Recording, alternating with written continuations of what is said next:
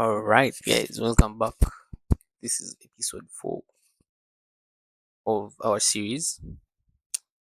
Yeah, so we shall be talking about types of currency pairs. So previously we talked about how to read the currency pairs. So in this video, we shall talk about the types of currency pairs, and we shall also talk about time. Yeah, we should talk about the types and the time. So types of currency pairs. We shall talk about the majors. So these are the types: majors, minors, exotics, and crosses. So what are major pairs? Major pairs are the ones that are crossed with the what? With the US dollar. So major pairs, why are they major pairs if they are crossed with the US dollar? So back in the days when we had the Great Depression, I can't recall the date exactly. It's about 1926. I don't know. Around that time, when the economy of the whole world, the global economy, got into the Great Depression, economy was doing badly.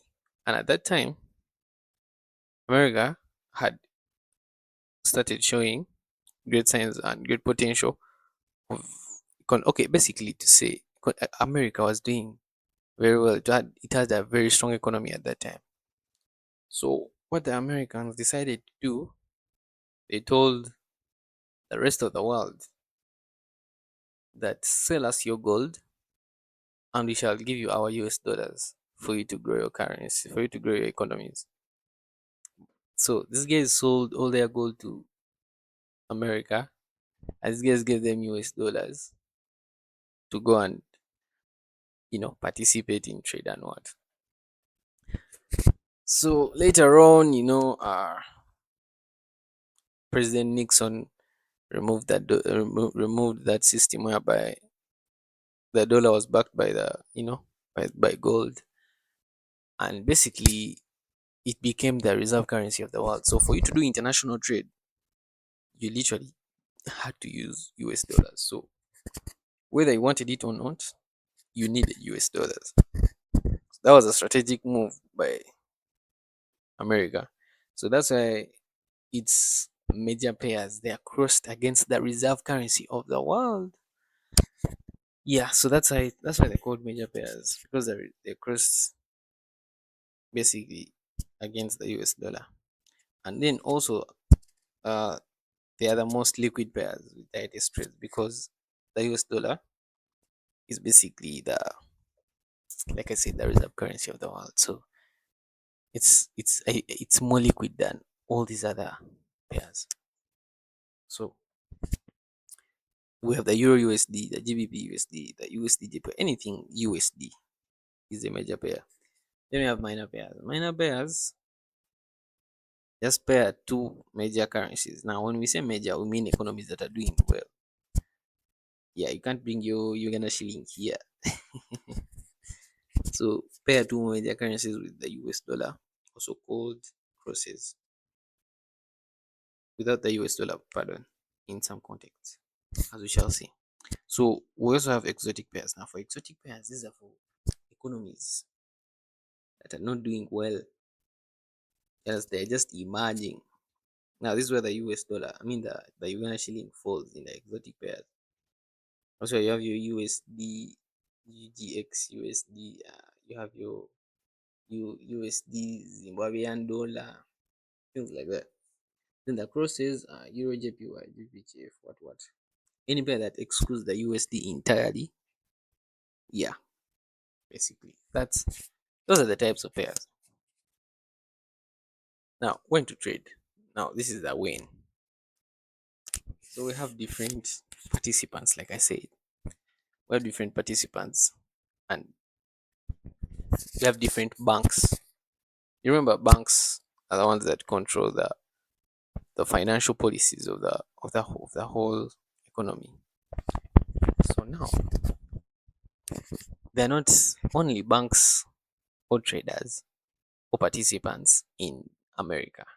They are participants in various places of the world. They are participants in Kenya, in Asia, China, wherever, bruh. Remember, like I said, it's a decentralized market. So this market has sessions where different participants are active and are actually moving price. So when we see the Sydney, the Tokyo, the London, the New York, Sydney is basically a time when the people in that time zone. I don't remember. Sydney is basically more of a, is it before Asia? What country is that? Yeah, forgotten. But Sydney is that session that runs from 22 hours, which is GMT time, Greenwich Meridian time. If you to translate that in East African time, it's basically just a plus 3 hours there. So on 22, just add 3 hours. That's 2 a.m. in the night to like 10 a.m. That's Sydney session. Then the Tokyo session. Tokyo session includes Asia, the whole of Asia. So Tokyo, this is when the Asians are now active because this is when their markets or their banks open up and they're now active and now they're moving price. So at that time, it would be very good for you to trade pairs like the JPY, the TF pairs, all those pairs that are situated, all the economies that are situated in Asia around who are active at that time. So here it says Tokyo begins around 00. Like I said, you just have to look for the time or your location. Look for your location and understand the difference in the GMT. So you either add or subtract from the UTC. Now GMT is Greenwich Meridian time, which is a standard time whereby we all, it's like the middle. Remember, the prime meridian is the one that separates the world vertically. So all time going from that time, from that longitude, you either add or subtract depending on where you stay. Now, for example, people in New York, since they are on this other half, the left half, we subtract. So they are behind. They are behind time. So they subtract from it. For us, we add. We are in front of it. Yeah. So for us, we add time. So that means Tokyo session. Yeah. Then we have the London session. The London session begins at 8:00 to 17 hours 00 UTC time. Like I said, find the time in your location and figure out what time that is. Then the New York session. Now, like I said, in the London session, this is when the GBP guys are active. The Bank of England is active. So expect currencies like the GBP to move heavily during that time because price is not going to always. There isn't going to be volatility all the time. So you need to time these sessions and understand. Like as we continue going forward, you basically understand that time and price are key. They are key aspects of this, this market. Yeah. So then we have the New York. The New York session is basically that one is simple. It's when America is what? It's active. The US traders are active. The banks are open, and it begins around 13 hours UTC, which is GMT.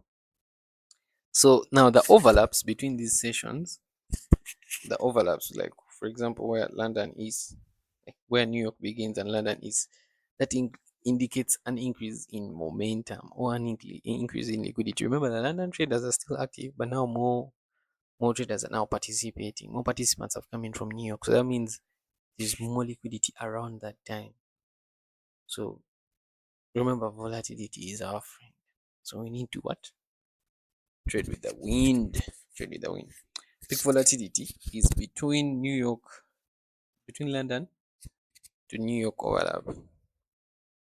This drives over half of all forex volume. Google fact. By the way, when I say Google fact, I mean you can prove me wrong by searching. Google fact. London alone handles roughly 38% of global FX turnover. Bruh, this is crazy, bruh. 38% only in London, bruh. Crazy. Yeah, basically that's it. So we've talked about the types of currency pairs and when to what? When to trade the sessions in it. As we go on further, we shall be explaining why there are four sessions and something called quarterly theory.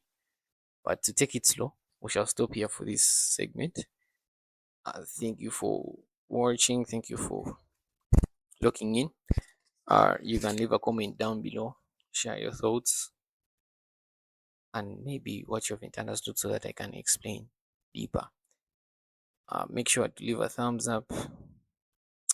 Thank you so much. See you in the next video.